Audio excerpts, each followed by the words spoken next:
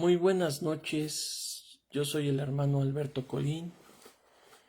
En este día 3 de octubre, pero ya es de madrugada aquí, perdón, madrugada 3 de octubre del 2023,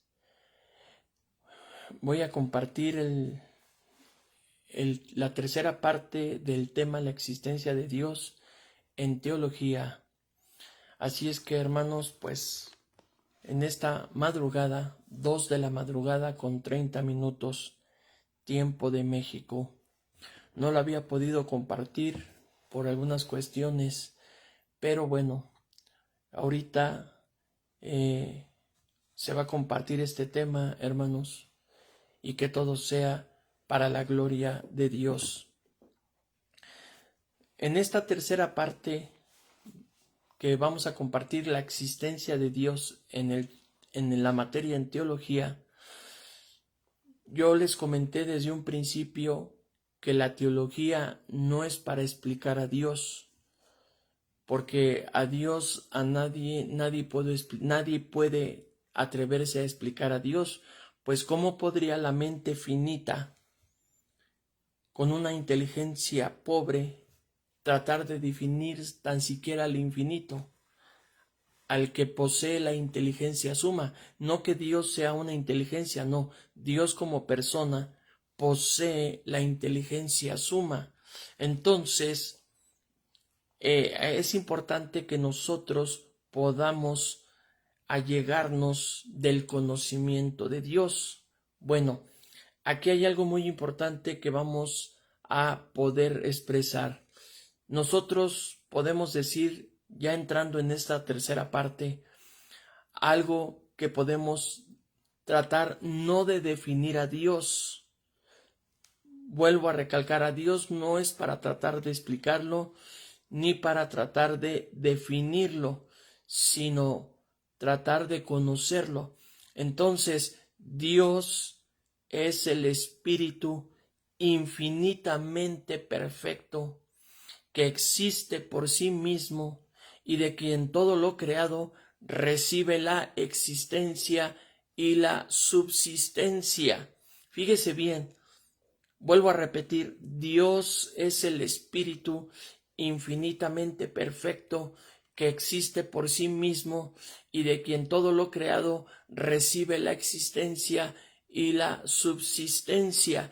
Entonces, como primer parte, nosotros podemos entender que Dios es un ser incorpóreo, no es corpóreo, sino incorpóreo, porque Dios no está sujeto a la materia, más bien Él sujeta a la materia a todas las cosas.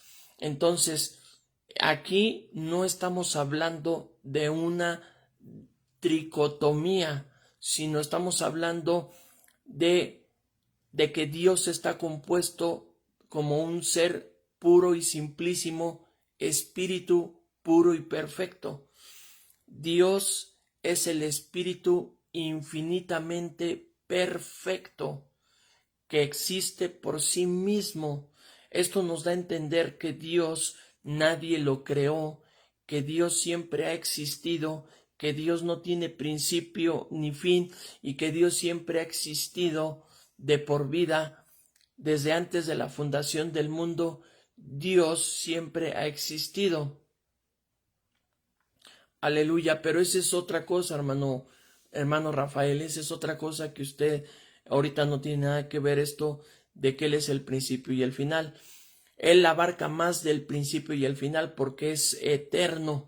Acuérdese, hermanos, que nosotros somos con un principio, mas no con un fin. Y Dios no tiene principio ni tiene fin, porque Él es eterno. Y nosotros somos eviternos, porque tenemos un principio pero jamás tendremos un final. Entonces, Dios es el Espíritu infinitamente perfecto que existe por sí mismo y de quien todo lo creado recibe la existencia y la subsistencia.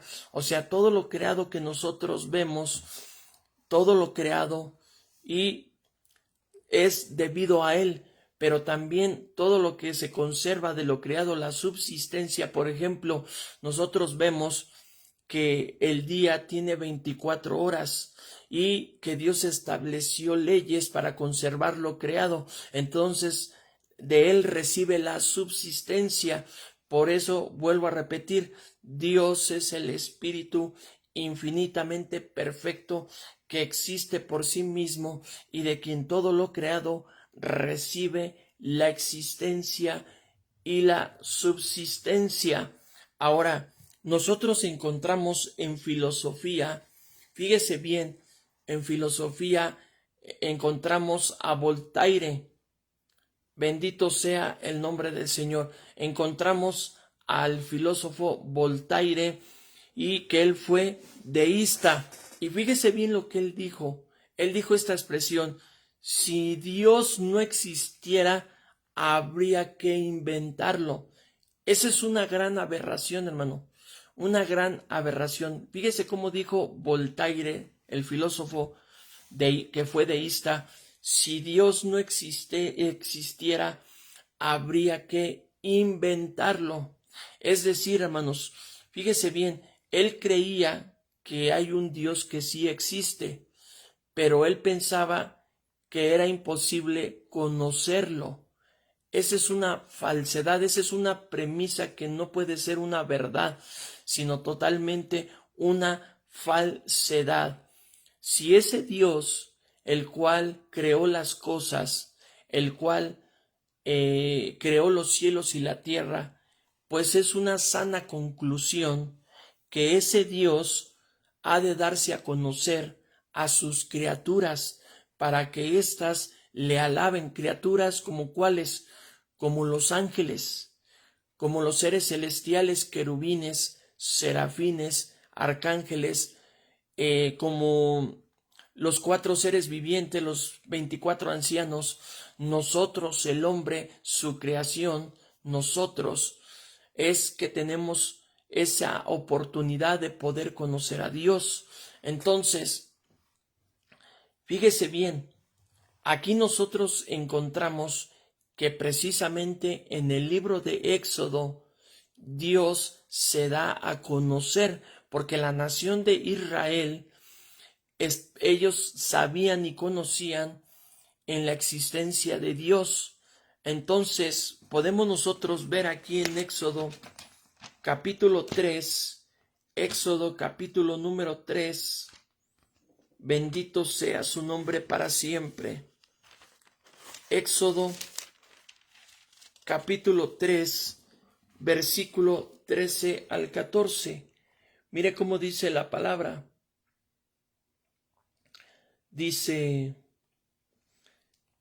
dijo Moisés a Dios: he aquí que llego yo a los hijos de Israel y les digo: el Dios de vuestros padres me ha enviado a vosotros. Si ellos me preguntaren: ¿cuál es su nombre?, ¿qué les responderé? Y respondió Dios a Moisés: yo soy el que soy. Así dirás a los hijos de Israel: yo soy, me envió a vosotros. Bendito sea el nombre del Señor. Entonces ahí entra el nombre de Jehová. Acuérdese que en la nación de Israel estaba el tetragrama, y nuestra Biblia en la Reina Valera 1960 lamentablemente no respetó las reglas del idioma en hebreo. Por eso en el Antiguo Testamento, aquí en nuestra Biblia, bendita es la palabra de Dios, se escribió malamente la palabra Jehová. No es Jehová, es Yahvé. Otros dicen Yahweh, Shaddai Yahweh, o sea, es Yahvé, Yahweh. Entonces, no con esto quiero decir, hermano, que usted no diga Jehová. Si la Reina Valera dice Jehová, no hay problema, dígalo. Pero le aclaro, la palabra correcta no es Jehová, es Yahweh, Yahvé, Yahweh. ¿Por qué, hermanos? Porque, le vuelvo a repetir, no es la palabra de Dios. La palabra de Dios es bendita. Más bien son las traducciones que se hicieron a la palabra de Dios, y más que Jerónimo, el que tradujo de los idiomas originales al latín, fue la Vulgata Latina, y de ahí todos agarraron para traducir a todas las lenguas vernáculas, a todos los idiomas. Entonces Casiodoro de Reina, Cipriano de Valera en la primera versión, que fue la Biblia del Oso al castellano, y ahora nuestra Biblia en la Reina Valera 1960 encontramos la palabra Jehová. No debería de decir eso, hermano, pero no hay problema, dígalo, para que no haya confusión. El nombre correcto es Yahvé Yahweh. Yahvé Yahweh. Bueno, entonces, a lo que le estaba yo diciendo, Dios él se da a conocer, y precisamente dijo: yo soy el que soy.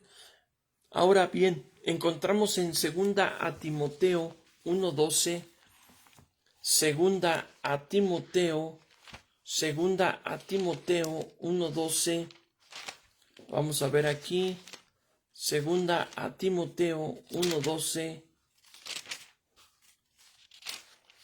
ver cómo dice la palabra. Segunda a Timoteo 1:12. Dice: por lo cual asimismo padezco esto, pero no me avergüenzo, porque yo sé a quién he creído. Entonces el apóstol San Pablo le escribe a Timoteo y él dice: yo sé a quién he creído. Si el apóstol San Pablo, si la nación de Israel conoció a Jehová, a Adonai, Elohim, a Yahweh, Yahweh, entonces es sana conclusión que Dios se extiende a todas las latitudes, a todos los climas, a todas las naciones, a través de los siglos, a través de las décadas, a través de los años, por todas las edades y por todos los tiempos, y Dios se da a conocer para que nosotros podamos conocerle con el fin de poderle adorar, de poderle servir, y que así siempre lo haremos por toda la eternidad. Aquí hay un filósofo, Baruch Spinoza, un filósofo holandés, que él dijo textualmente: por Dios, fíjese bien, así lo dijo textualmente: por Dios entiendo un ser absolutamente infinito, dijo este filósofo. Por Dios entiendo un ser absolutamente infinito. Esto es una sustancia que consta de infinitos atributos, cada uno de los cuales expresa una esencia eterna e infinita. Aquí nosotros podemos encontrar en la concepción que hace Spinoza, Baruch Spinoza, donde dice que Dios, para él Dios es todo y fuera de él no existe nada. Es decir, su visión de este filósofo, su visión del mundo y de la fe se aproxima en gran medida al panteísmo, es decir, la idea de que lo sagrado es toda la naturaleza en sí misma. Esto es básicamente, en pocas palabras, para que podamos entender esa mala concepción de Baruch Spinoza del panteísmo, donde dice donde él quiso decir básicamente que todo es Dios, y no es así. Dios es un ser personal y no todo es Dios, pero sí que Dios está por encima de todas las cosas. Eso sí es muy cierto. Ahora bien, nosotros podemos ver que a través de la creación, de todo lo creado, nos demuestra la existencia de Dios, pero no nos dice quién es Dios. Entonces, no se puede pretender conocer a Dios por cualquier medio. Ese es algo aberrante. sino más bien Dios puede ser conocido solamente por la revelación divina que es su palabra. Ahí podemos nosotros encontrar la revelación en Dios, de Dios en su palabra. El Señor Jesucristo en Juan capítulo número 5, Juan capítulo 5, versículo número 39, que es un texto muy conocido, dice de la siguiente manera, Evangelio de Juan capítulo 5, versículo 39, Jesús dijo estas palabras: escudriñad las Escrituras, porque a vosotros os parece que en ellas tenéis la vida eterna, y ellas son las que dan testimonio de mí. Entonces, hermanos, fíjese bien que a través de la revelación divina en su palabra es como podemos llegar a conocer quién es Dios. Pero aquí hay algo muy importante. Escudriñar la palabra es muy diferente a leer la palabra. Entonces, el Señor nos dejó un mandamiento: escudriñar su palabra, las Escrituras. Ese es un mandamiento. Un cristiano que no escudriña las Escrituras y que menos lee la palabra de Dios, entonces está en el pecado de la omisión. Al que sabe hacer lo bueno y no lo hace, le es pecado.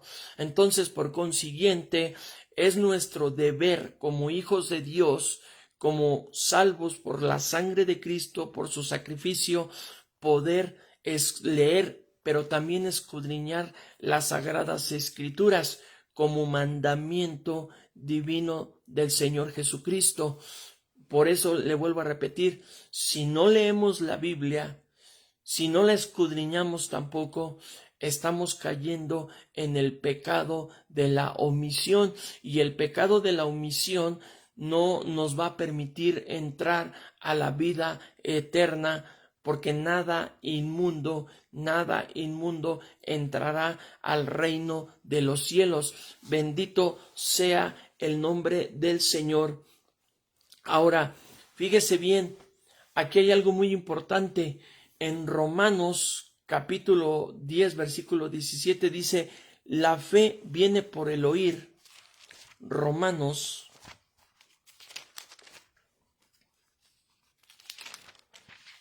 capítulo 10, versículo 17 dice: así que la fe es por el oír, y el oír por la palabra de Dios. Es importante tener en mente y hacernos en nuestra mente y en nuestro corazón que por la revelación divina de inspiración divina, acuérdese, hermano, que cuando la Biblia fue escrita intervinieron tres factores. El factor humano, porque los hombres, siendo inspirados por Dios, escribieron de lo que Dios aspiró. Fíjese bien, escribieron en diferentes tiempos. Ahí está el factor tiempo, en diferentes tiempos, y el factor divino de que el Espíritu Santo los inspiró, y cada escritor de la Biblia escribió en diferente época, con diferente estatus económico, cultural, intelectual, y en diferente estado emocional. Por ejemplo, los proverbios, Salomón los escribió con un sentimiento. Ahí usted puede leer los proverbios con un sentimiento. Y cada escritor, no autor, sino escritor de la Biblia, escribió en el factor humano, en el estado de sentimiento que se encontraba. Entonces, en la Biblia encontramos tres factores: factor tiempo, factor humano y factor divino. Bendito sea el nombre poderoso del Señor Jesucristo. Aquí en la traducción de este texto de Romanos 10:17, en la traducción Dios habla hoy, fíjese bien cómo dice: así pues la fe nace al oír el mensaje, y el mensaje viene de la palabra de Cristo. En la traducción Nueva Biblia Viva, dice así: así que la fe nace cuando se presta atención a las buenas noticias acerca de Cristo. Y en el lenguaje actual nosotros podemos encontrar que dice así: así que las personas llegan a confiar en Dios cuando oyen el mensaje acerca de Jesucristo. Bendito sea el nombre del Señor. Y mire cómo dice Jeremías capítulo número 31, Jeremías capítulo número 31, del versículo 33 al 34, que dice de la siguiente manera: pero este es el pacto que haré con la casa de Israel después de aquellos días, dice Jehová, daré mi ley en su mente y la escribiré en su corazón, y yo seré a ellos por Dios, y ellos me serán por pueblo. Y no enseñará más ninguno a su prójimo, ni ninguno a su hermano, diciendo: conoce a Jehová, porque todos me conocerán, desde el más pequeño de ellos hasta el más grande, dice Jehová, porque perdonaré la maldad de ellos y no me acordaré más de sus pecados. Ahora en Mateo capítulo 11, versículo número 27, Mateo capítulo 11, número 27, Mateo capítulo 11, versículo número 27, dice así de la siguiente manera: estas cosas me fueron entregadas por mi Padre, y nadie conoce al Hijo sino el Padre, ni al Padre conoce alguno sino el Hijo, y aquel a quien el Hijo lo quiera revelar. Entonces, fíjese bien lo importante que es ahí en Jeremías, que Dios quiere que conozcamos su palabra para que de esa manera poderle conocer cada día mejor, ser perfectos para Él cada día mejor. Y en Mateo capítulo número 11, versículo 27, ahí es donde solamente por la Biblia es donde podemos conocer cada vez más a Dios por la revelación de su palabra. Ahora, dice Juan capítulo 1, versículo 18, que a Dios a nadie le vio jamás. Óigalo bien, queridos oyentes. Dice la palabra que a Dios nadie le vio jamás. En Juan capítulo 1, versículo 18. En algunas partes de la Biblia podemos encontrar que dice que Moisés vio a Dios cara a cara y fue librada su alma. En Isaías 6:3 dice: santo, santo, Jehová de los ejércitos. Se lo voy a leer, Isaías capítulo número 6, versículo número 3, que dice de la siguiente manera: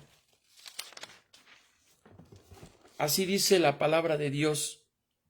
Y el uno al otro daba voces diciendo: santo, santo, santo, Jehová de los ejércitos, toda la tierra está llena de su gloria. Y los querubines de las puertas se estremecieron con la voz del que clamaba, y la casa se llenó de humo.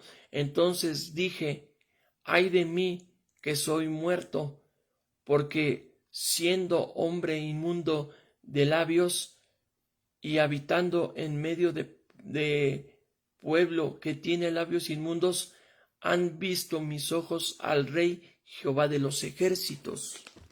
Entonces, estas expresiones no quiere decir que Isaías, Moisés, vio la verdadera esencia de Dios, porque dice Juan 1:18, a Dios nadie le vio jamás.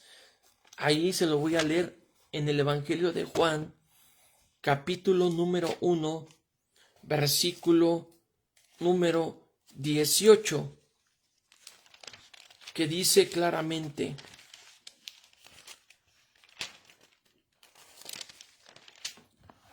Juan 1:18, a Dios nadie le vio jamás, el unigénito Hijo que está en el seno del Padre, Él le ha dado a conocer.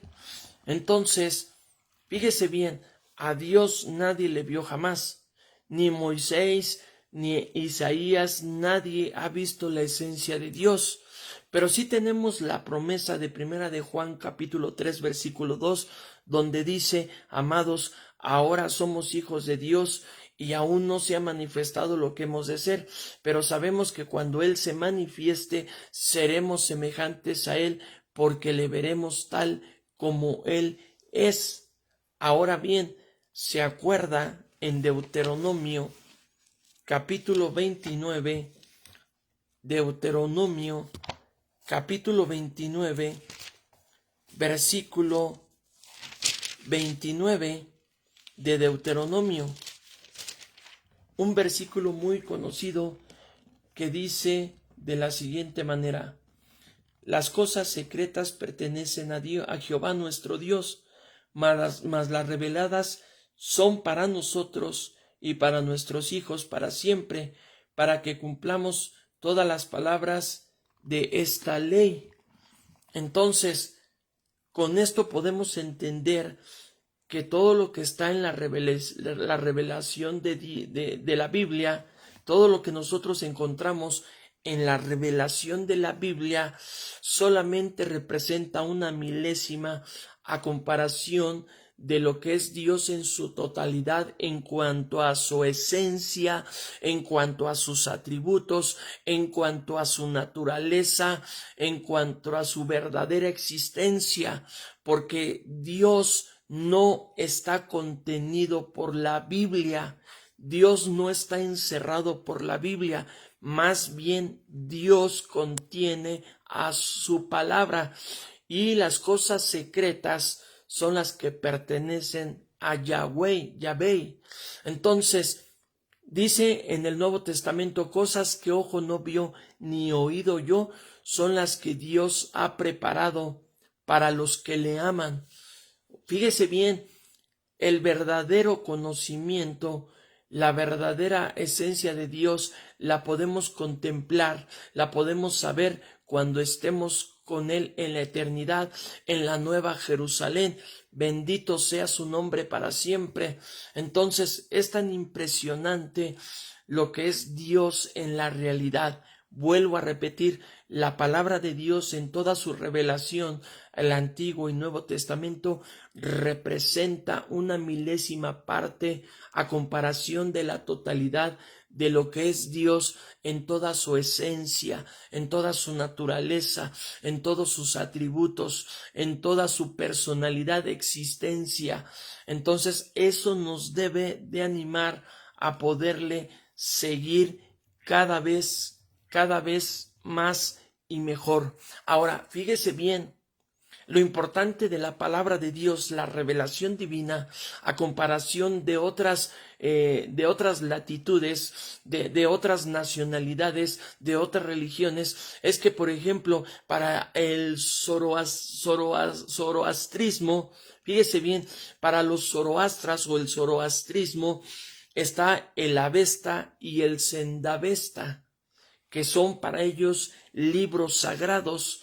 Y también nosotros podemos encontrar a los musulmanes, que su libro sagrado es el Corán.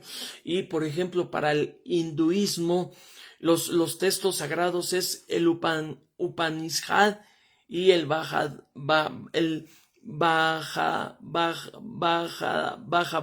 Gita. Para ellos son esos libros sagrados. En la India, por ejemplo, encontramos el Veda y el Rig Veda. Para los budistas son los cánones del budismo, y ahí encontramos también el Tipitaka o Tripitaka, que son conocidos como el canon del Pali y que son documentos sagrados para los budistas. Por ejemplo, para los japoneses el Hojiki. Para el sijismo está el Guru Granth Sahib. Esos que le acabo de mencionar, para esas nacionalidades, para esas corrientes religiosas, son libros sagrados, pero no pueden asemejarse a la revelación de la palabra de Dios, porque la palabra de Dios ha trascendido no solamente de manera universal, sino que la palabra de Dios ha estado a todas las edades, en diferentes tiempos, en diferentes edades, y que es un libro para toda la humanidad, y no solamente es para una nación o para una religión, sino para toda la humanidad. Y nosotros conocemos la historia que el primer libro impreso, cuando se inventó la imprenta en Gutenberg, fue la Biblia. La Biblia es el libro más vendido, la Biblia es el libro más extendido a todas las latitudes, pero no por eso es la palabra de Dios, sino la palabra de Dios es porque viene de inspiración divina, y la palabra de Dios no cambia y todo se cumple al pie de la letra. Entonces es algo muy importante que nosotros podamos leer este libro sagrado, hermanos. ¿Cuántos hermanos hoy en la actualidad están, no digamos apasionados, porque si fuera apasionados, cuando escuchan una profecía, entonces esa profecía les impulsaría a leer más la Biblia, a buscar a Dios en oración y en el ayuno, y a decir yo voy a diezmar, y decir voy a salir a predicar? Entonces nos damos cuenta que hoy en la actualidad el cristiano no hace eso por lo regular. Escucha profecías y solamente le causan emociones.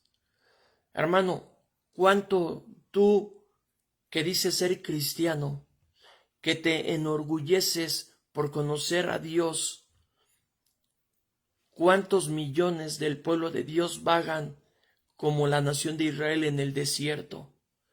Vagan y dicen, no, es que yo conozco a Cristo, es que yo lo conocí en tal fecha, pero de nada les sirve, porque están viviendo una vida llena de pecado. Otros unos, fíjese bien, viven apartados de Dios, no quieren leer la Biblia, quieren escuchar profecías. Óigalo bien, no es malo escuchar profecías siempre y cuando sean de Dios y que esas profecías te impulsen a diezmar, a orar, a salir a predicar, a compartir la palabra o repartir folletos que te impulsen a leer más la Biblia. No es malo, siempre y cuando eso que le acabo de decir. Pero lo malo es que millones del pueblo de Dios, hermanos, fíjese bien, escuchan profecías. Número 1, no saben si son de Dios o de la carne. Número 2, no están causando un efecto en ellos de lo que le acabo de decir. Entonces es como conocer a Dios de embalde, de que no sirve de nada la vida cristiana. Mire, hermanos, estaba escuchando un profeta de Dios, no voy a decir el nombre, es un profeta de Dios. Y Dios lo usa mucho en el don de ciencia, en profecías, en sanidad, milagros. ¡Qué bueno! Bendito sea Dios. Pero apenas hace unas horas yo me estaba dando cuenta que estaba transmitiendo en el YouTube. Y ¿sabe qué, hermano? Es un siervo que Dios lo utiliza. Estaba siendo utilizado con el don de ciencia. Pero ¿sabe cuál es lo malo, hermano? Que allí en su página estaban varios personas creyentes y tal vez no creyentes, escribiéndole, y usted veía cómo corría los textos, los mensajes corrían. ¿Y sabe cuál es lo triste, hermano? Que solamente esos hermanos están buscando al profeta para que Dios les hable bonito, para que Dios les diga el futuro. Pero, hermano, Dios les dice las cosas, pero su vida sigue igual. No oran, no leen más la Biblia, no se meten más a la oración, no salen a predicar, no reparten folletos, no diezman. Entonces, ¿de qué sirve? No es lo malo el profeta, no está bien. Más bien lo malo es los que lo escuchan, porque no está provocando eso que le acabo de decir. Cuando tú vas a escuchar a un profeta de Dios, que ves que Dios lo está utilizando, por ejemplo, en profecía, en el don de ciencia, si tú lo escuchas y tú vas a recibir un mensaje de él, qué bueno, pero ese mensaje que tú recibes es para que tú leas más la Biblia, para que tú diezmes, para que tú digas, bueno, voy a salir a predicar, voy, al menos si no puedo predicar, a repartir folletos, voy a meterme más a la oración, voy a diezmar de corazón. Y si no causa eso en ti, hermano, entonces estás vagando en la isla de la fantasía, estás en las caricaturas de Gulliver, estás en la caricatura de los superamigos, y de nada te servirá haber conocido a Cristo. Estamos camino a una perfección, estamos camino hacia la estatura del varón perfecto, pero hermano, lea la palabra, no importa que te desveles, no importa que se te vaya acabando la vista, por eso hay lentes, por eso puedes ir a un oculista, para que te recheque tu vista, pero cómete este libro, hermano, cómete este libro. Mire, yo la estoy leyendo nuevamente de principio a fin. Ahorita voy en el libro de los Salmos. Y hermano, es una bendición. Yo pretendo terminar de leer la Biblia a más tardar en el mes de diciembre, a más tardar. Y una vez que la termine, nuevamente, hermano, volverla a leer. Cuando usted lea la Biblia, claro que hay gente hermanos que dicen, es que yo no estoy acostumbrado, pero vas a empezar de menos a más. Y cuando tú eres constantemente en la lectura, tu mente la vas educando y cada vez más vas aumentando la lectura. Llega el momento que es un vicio sano, que tú mismo te habitúas y que va respaldado por el Espíritu Santo, y cuando tú quieras leer la Biblia vas a querer leer más la Biblia y vas a decir, qué bueno que hay profecías, qué bueno que hay profetas de Dios que están hablando en nombre de Dios, pero cuando tú los escuches vas a decir, yo tengo más ganas de leer la Biblia, yo tengo más ganas de orar más, de repartir folletos. No puedo predicar, pero voy a repartir folletos. Voy a meterme a oración, voy a diezmar. Eso trae bendición, hermano. Pero, hermano, qué triste, se lo vuelvo a repetir. Mi querido hermano, no voy a decir el nombre porque es un hombre muy usado por Dios. Yo lo estaba viendo cómo Dios lo estaba utilizando con el don de ciencia. Y ahí todos estaban esperando, es que yo quiero que Dios me diga esto. O sea, esperan que Dios les diga buenas noticias, que Dios te va a sanar, que te va a ir muy bien, que Dios te va a sorprender en esto. Hermano, está bien, pero si tú vas a recibir un mensaje que Dios está utilizando a aquel siervo de Dios con el don de ciencia o profecía, wow, recíbelo, pero que eso te impulse a que te metas a la Biblia, porque si nada más estás tú en puras profecías escuchando, eso no es llenarte del Espíritu Santo, no es llenarte, hermano, eso solamente es escuchar un mensaje de Dios, pero hasta ahí queda tu vida. No, hermano, métase, apasionese, no se emocione por las profecías. Escuche las profecías, las de Dios, apasionase y prepárese, porque Cristo viene. Hermanos, hasta aquí terminamos el tema en teología, la existencia de Dios.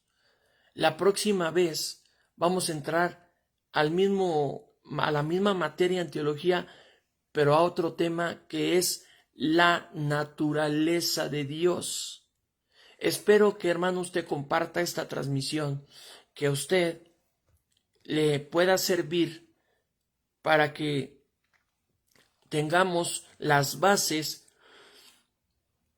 de quién es Dios en cuanto a sus atributos, en cuanto a su naturaleza, en cuanto a su carácter que Dios tiene consigo mismo, pero también con su creación, cómo Dios celosamente conserva todo lo que ha creado. Bendito sea el nombre del Señor. Así es que, hermano, me despido. Ya son las 3 de la madrugada con 10 minutos tiempo de México. Ahorita, hermano, voy a leer un poco la lectura. No sé cuánto tiempo aguante, porque temprano tengo que irme a trabajar, si es que Dios no dispone otra cosa. Pero, hermano, si te vas a ir a trabajar desvelado, que sea por leer la palabra o por orar, no porque vistes el Netflix, no porque estuviste viendo el YouTube y te dormiste tarde, no, sino por esto que le acabo de decir, hermano. Que Dios te bendiga. Hermanos, yo estoy orando con mis hermanos. Estos días no he podido orar con mis hermanos porque tuvimos un pequeño percance. Ayer estaba yo orando con mis hermanos. No miento, antier domingo. Antier estaba yo orando con mis hermanos. Tuve que cortar la transmisión porque recibí una llamada de Estados Unidos, hermano. Y me llamó una persona de Estados Unidos y tuve que cortar la llamada. Y yo le avisé a mi hermano que me iban a llamar de Estados Unidos y que iba a cortar la llamada. Y pues bueno, cuando estábamos orando, así pasó. Pero hermano, métase a orar. Que Dios le bendiga. Y este mes de octubre, primeramente Dios, si Dios no dispone otra cosa, y si Dios lo permite, ir allá a San Marcos Guerrero y a Techale para ir a predicar la palabra, para irle a arrebatar almas al diablo. Y también porque tengo ese compromiso con Dios de llevar las Biblias, hermano, de llevar las Biblias. Que Dios te bendiga.